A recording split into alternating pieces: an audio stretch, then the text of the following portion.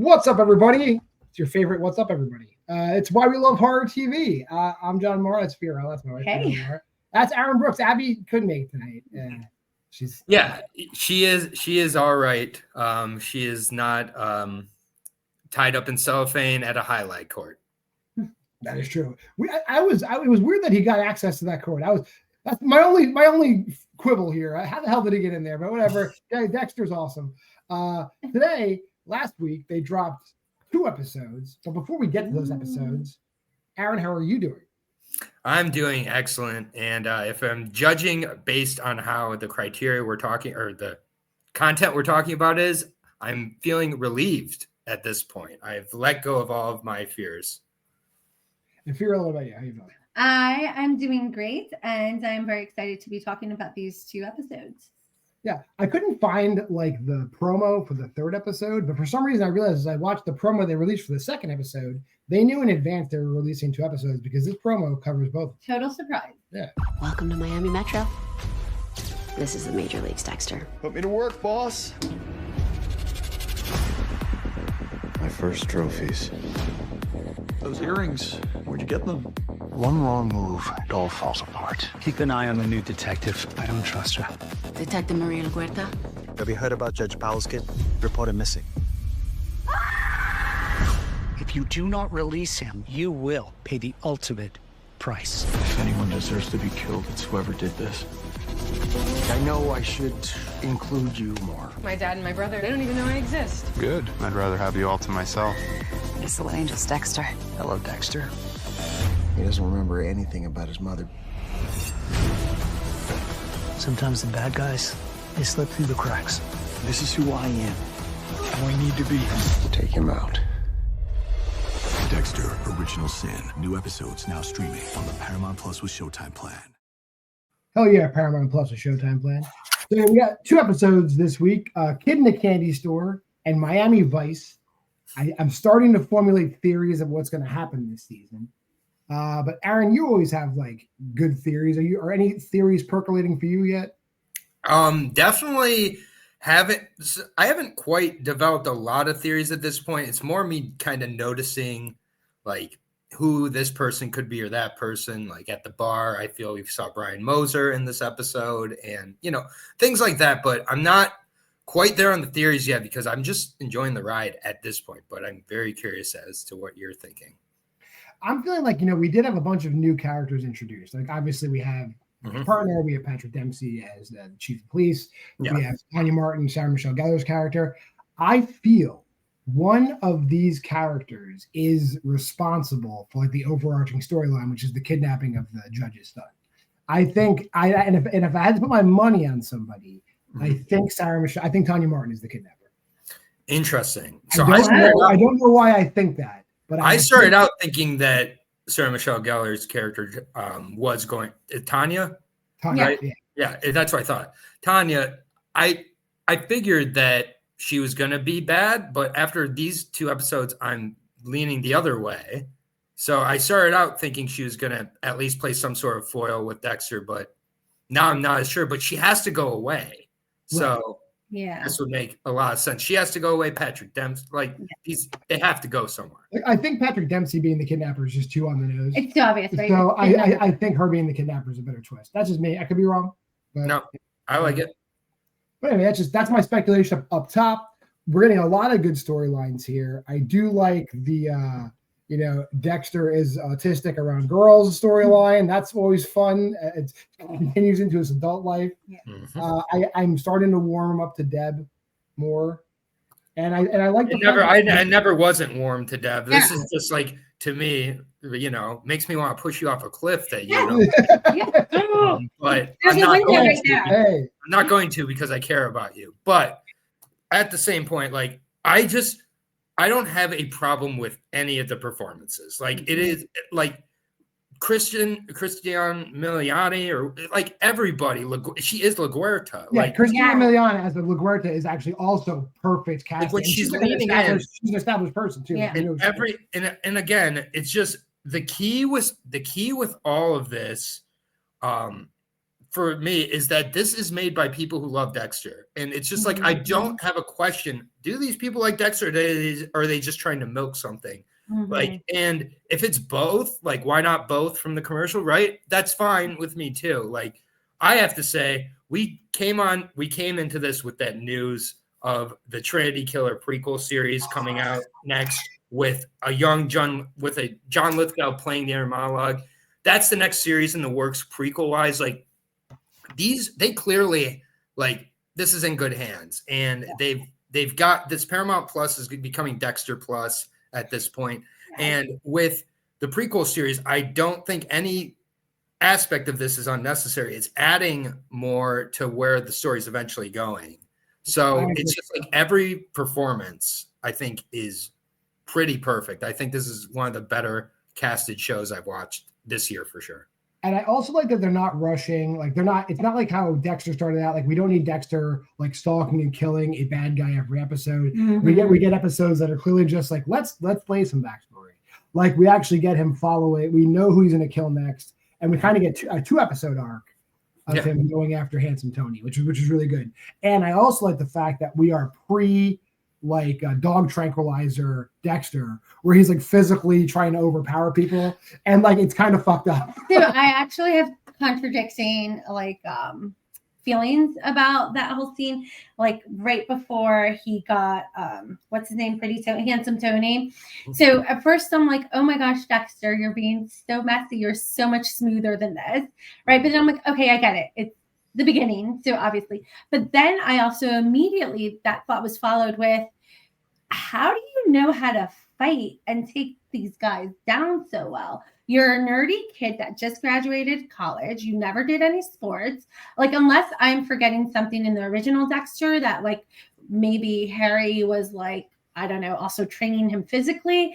Like, obviously he's got his like dark passenger tendencies, but like that doesn't make you a good fighter. So then I was caught up in the last 20 minutes of the third episode when he was taking down Handsome Tony. I'm like, this isn't possible. How could you outfight this criminal? Harry did train him to be like a survivalist. So like there's like the whole outdoor training. So and I just think with all these things, the best advice I have for you, Fiorella, is to let it go. Because there's going to be these convenient moments throughout this. There's going to be certain things that don't exactly add up, and like they just don't add up. And it's just going to be like, oh, it's like it's just kind of like those are the details of Dexter that both help it and make it what it is, I think, because it allows the story to get kind of where it needs to go. Like, you know, when he's the Bay Harbor Butcher in the original series, he's throwing all the bodies into the same part of the ocean, like it's like wow,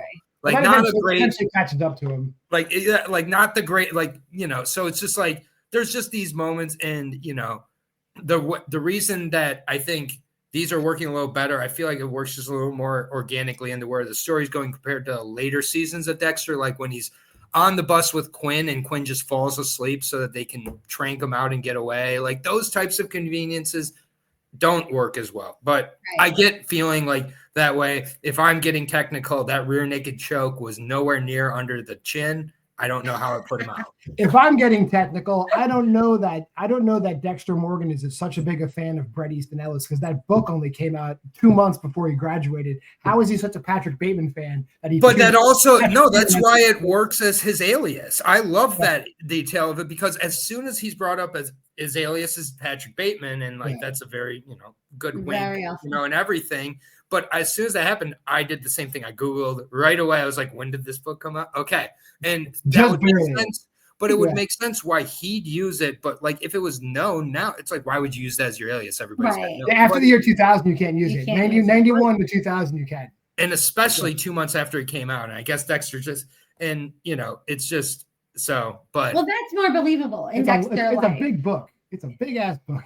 Yeah, either way, I did like that nod a lot. We're talking about American Psycho for those of you that don't understand. It's American. Bret Easton Ellis' American Psycho came out March of '91, and this takes place, I guess, in the summer of '91. Yep. So he's always up to date, going to his Schuler's bookstore. Yes.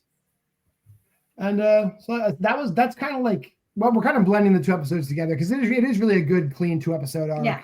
And I guess the only other issue I had was just like him breaking into the highlight club as the kill room, which is like weird, but I'm here. I'm gonna let it go. Fun. Let it go. Who cares? Who cares? Like, who cares? In 91, they weren't who cares? Because that was cool. That was really cool. That's why, and it's just like, I like the side stories in this season so far don't feel like a waste of time. Like, I'm enjoying when he's like messing around with Deb's friend and he's working with Deb to make the fake cocaine. Like, it's what Josh Hartnett's brew from The Faculty. Yeah, exactly. I'm just like, go ahead. No, yeah, go ahead. I agree with you. My take on that, I kind of do love I absolutely love the family aspect of it. No matter how messed up it is, it's just like, I'm sitting there and I'm like, oh my God, this is what I would do with my kids. Like, if I had a little Dexter running around, I'd be like, yeah, I get it. So I'm with you on that. I love the side stories. They're really, really not as far as side stories go. I'm really into that, even though I know what happens to Deborah Moser. Like, we know what happens. Like, I'm into how they're fleshing out. The DH Christian Slater is weird, but it works. It's fine. And I like that backstory. I like because it's never fleshed out ever. I like that we get to see her as like this really good police informant too. So that's cool. Yeah, and I kind of like the color effect they use for the flashbacks. Like, it just really adds like a freshness, kind of an energy, and it just works. Like, I don't know why, but like every kind of shot they're taking with the show right now is just kind of working for me. Yeah. And like, I fully admit I'm a huge fan of Dexter. And I just don't know how anybody who's a huge fan of Dexter isn't at least mildly enjoying this at this point. Yeah. Fully respectful of the material. I think it's adding a lot of substance with the relationships that they're kind of fleshing out more and more. And I'm just like kind of excited to see how it continues as well. I do think that they have a plan and it is working. I think another small theory I have is you saw at the end that Handsome Tony's arm with the ring on it surfaces, right? And LaGuerta is now part of Metro Homicide, and she's into like when non-white people are murdered, like she's gonna get a bug up her ass. So I guarantee she takes the lead on finding this Cuban guy's arm.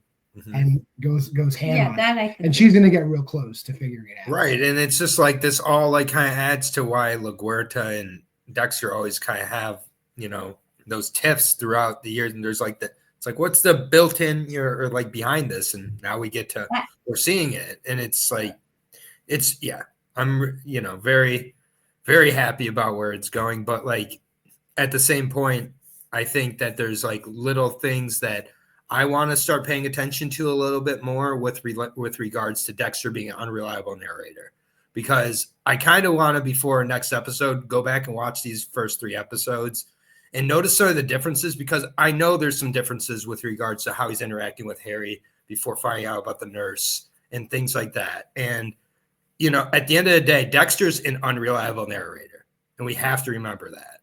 He is narrating this story. It's from his flashback of a near-death experience. So it's like, we can't take anything quite at face value either.